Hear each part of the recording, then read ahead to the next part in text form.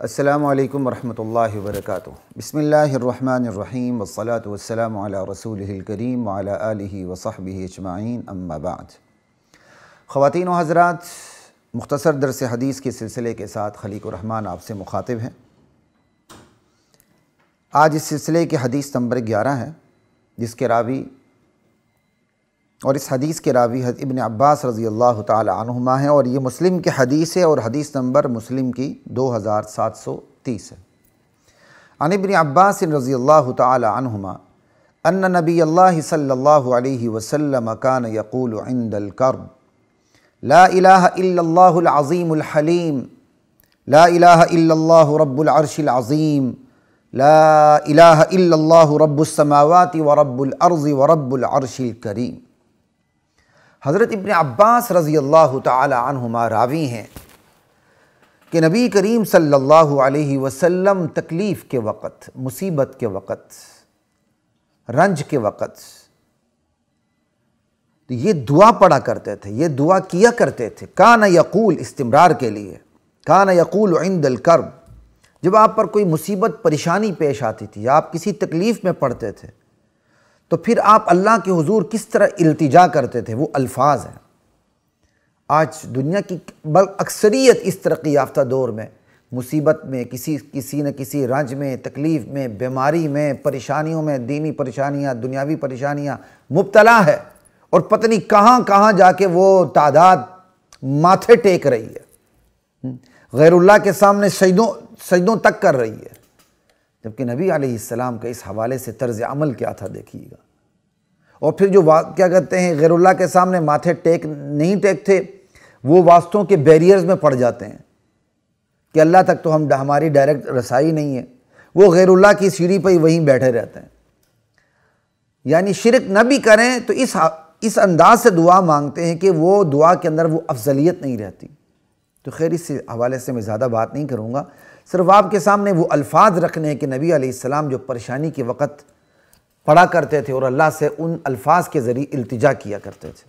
تو سنیے کتنے کمال کے میٹھے الفاظ ہیں۔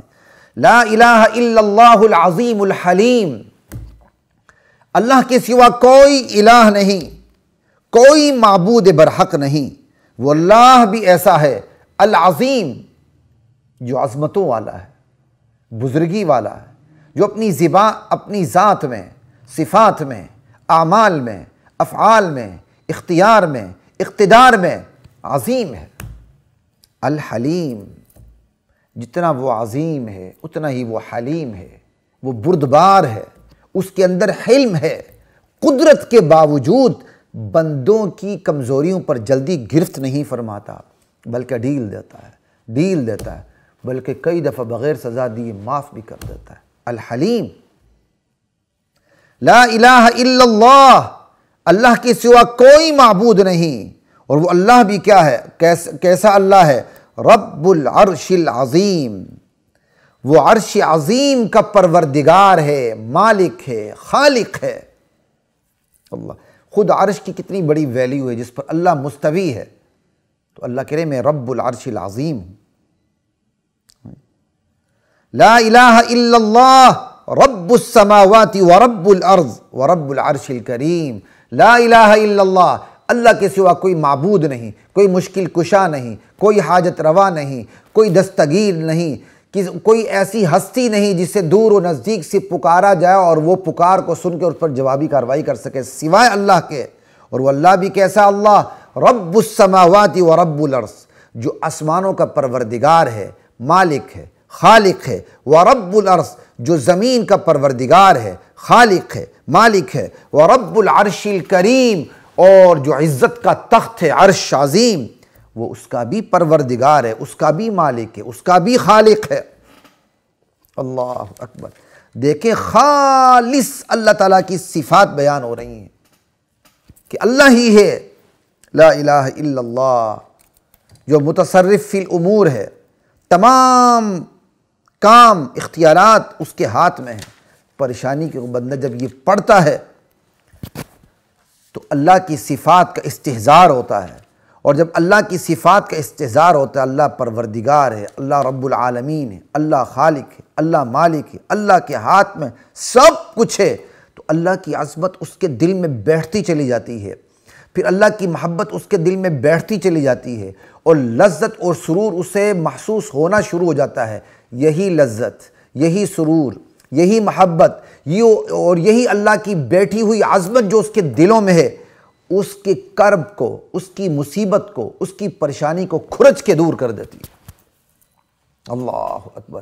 ایک طرف اللہ کے ساتھ اللہ کا نام لینے کی وجہ سے جو فرحت ملتی ہے، وہ فرحت پریشانی کو رہنے نہیں دیتی اللہ کی وجہ سے، اور دوسری طرف خود اللہ تعالیٰ اس پکار کو کس طرح سن کر جوابی کارروائی کرتے ہوں گے، اور ضرور کرتے ہیں اللہ تعالیٰ جوابی کارروائی۔ تو پریشانی کے وقت سبق کیا ملا؟ خدائی کمالات اور خدائی صفات کو بیان کیا جائے۔ پریشانی کے وقت اللہ کو جب پکارا جائے تو آپ جس مقصد کے لیے اللہ کو پکاریں، اس مقصد کی مناسبت سے خدائی صفات کا انتخاب کیا جائے۔ اب پریشانی ہے تو مقصد تو یہ پریشانی دور ہو، تو پریشانی کی مناسبت سے جو خدا کی صفات بنتی ہیں ان کا ذکر کیا جائے۔ اب پریشانی کی مناسبت سے اللہ کی صفات میں سے بہت بڑی صفت کیا ہے؟ حلیم، حلم والا، بردبار۔ کیوں یہ مناسب ہے؟ اس لیے کہ پریشانیاں آتی ہیں تو پریشانیاں بندوں کی کمزوریوں کا نتیجہ بھی ہوتی ہیں۔ اللہ بندوں کی کمزوریوں پر پکڑ کر کے اللہ پریشانیوں میں ڈالتے ہیں کہ یہ وجہ بھی ہوتی ہے۔ تو دعا میں اللہ کی ایسی صفات کا ذکر کیا جائے جو دعا کے مناسب ہوں۔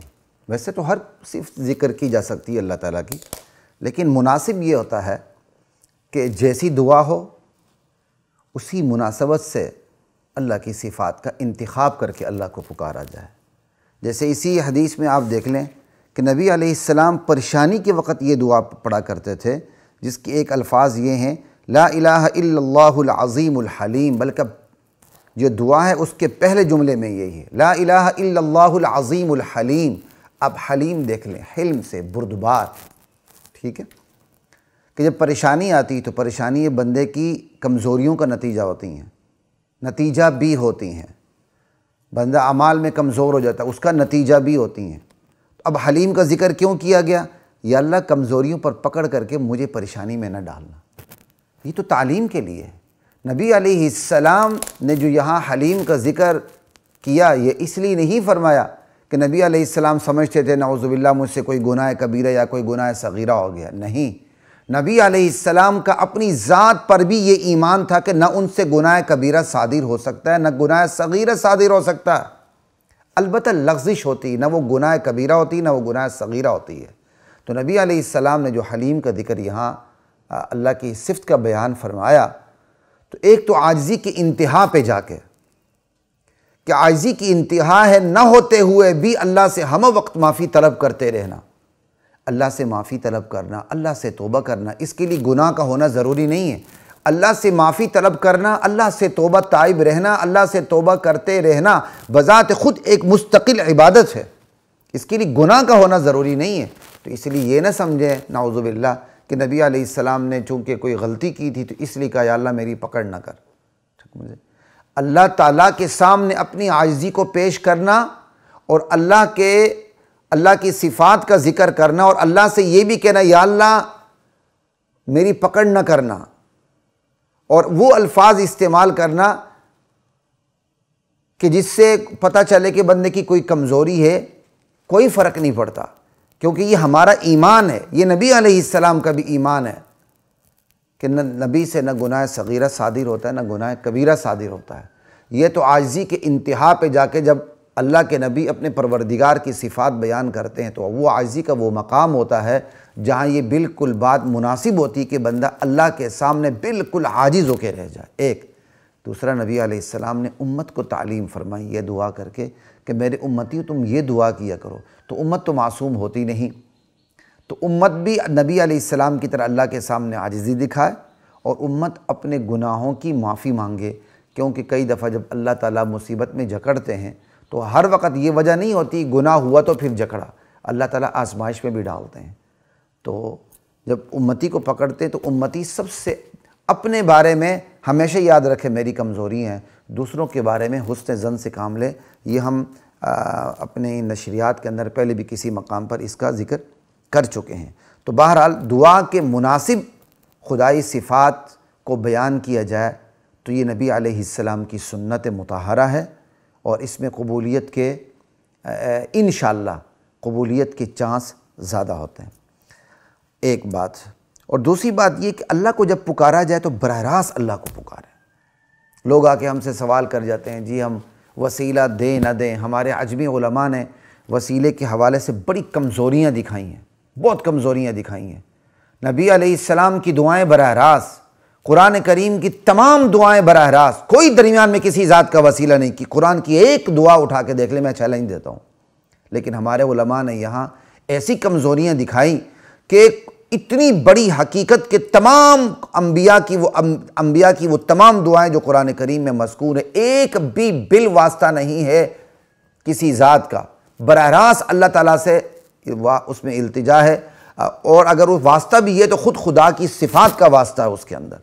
لیکن ان تمام حقیقتوں کو نظر انداز کر کے ہمارے بعض عجمی علماء نے یہ کہہ دیا کہ جی اللہ کے سامنے دوسرے لوگوں کو وسیلہ دیا کریں، اس میں عاجزی زیادہ ہوتی ہے۔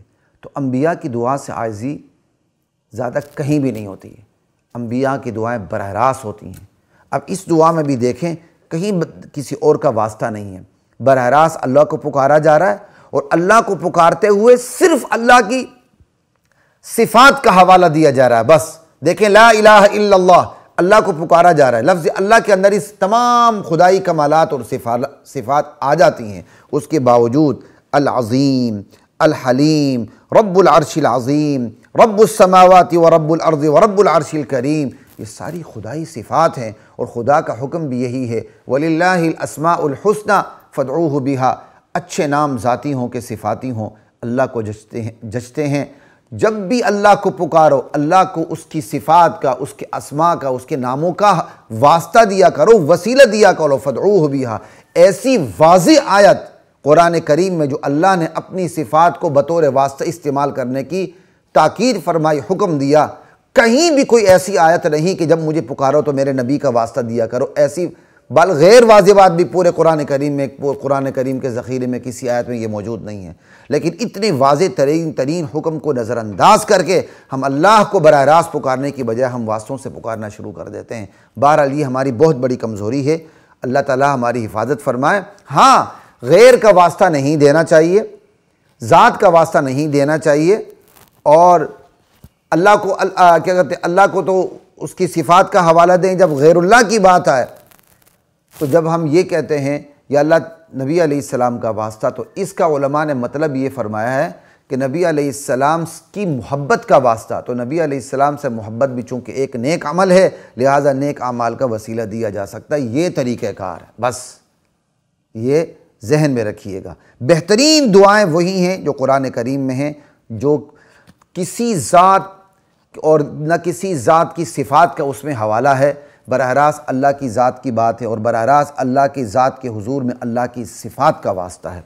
یہ اس سے بڑھیا اور قیمتی اور بہترین دعائیں ثابت بھی نہیں ہیں۔ براہ راست اللہ کو پکاریں، اللہ کو اس کی صفات کا حوالہ دیں، اپنے دعا کی مناسبت سے خدا کے صفات کا انتخاب کریں، ان کا ذکر کریں، تو انشاءاللہ جب زبان پہ ہم اللہ کا نام لیں گے، اللہ کو براہ راست پکاریں گے، تو انشاءاللہ اس کی برکتیں نازل ہوں گی، اور پھر شدتیں، تکلیفیں، مصائب کا اختتام ہوگا۔ اللہ کی ذات مجھے اور آپ کو اس حدیث پر عمل کرنے کی توفیق عطا فرمائے۔ السلام علیکم ورحمۃ اللہ وبرکاتہ۔ وَلَقَدْ أَنزَلْنَا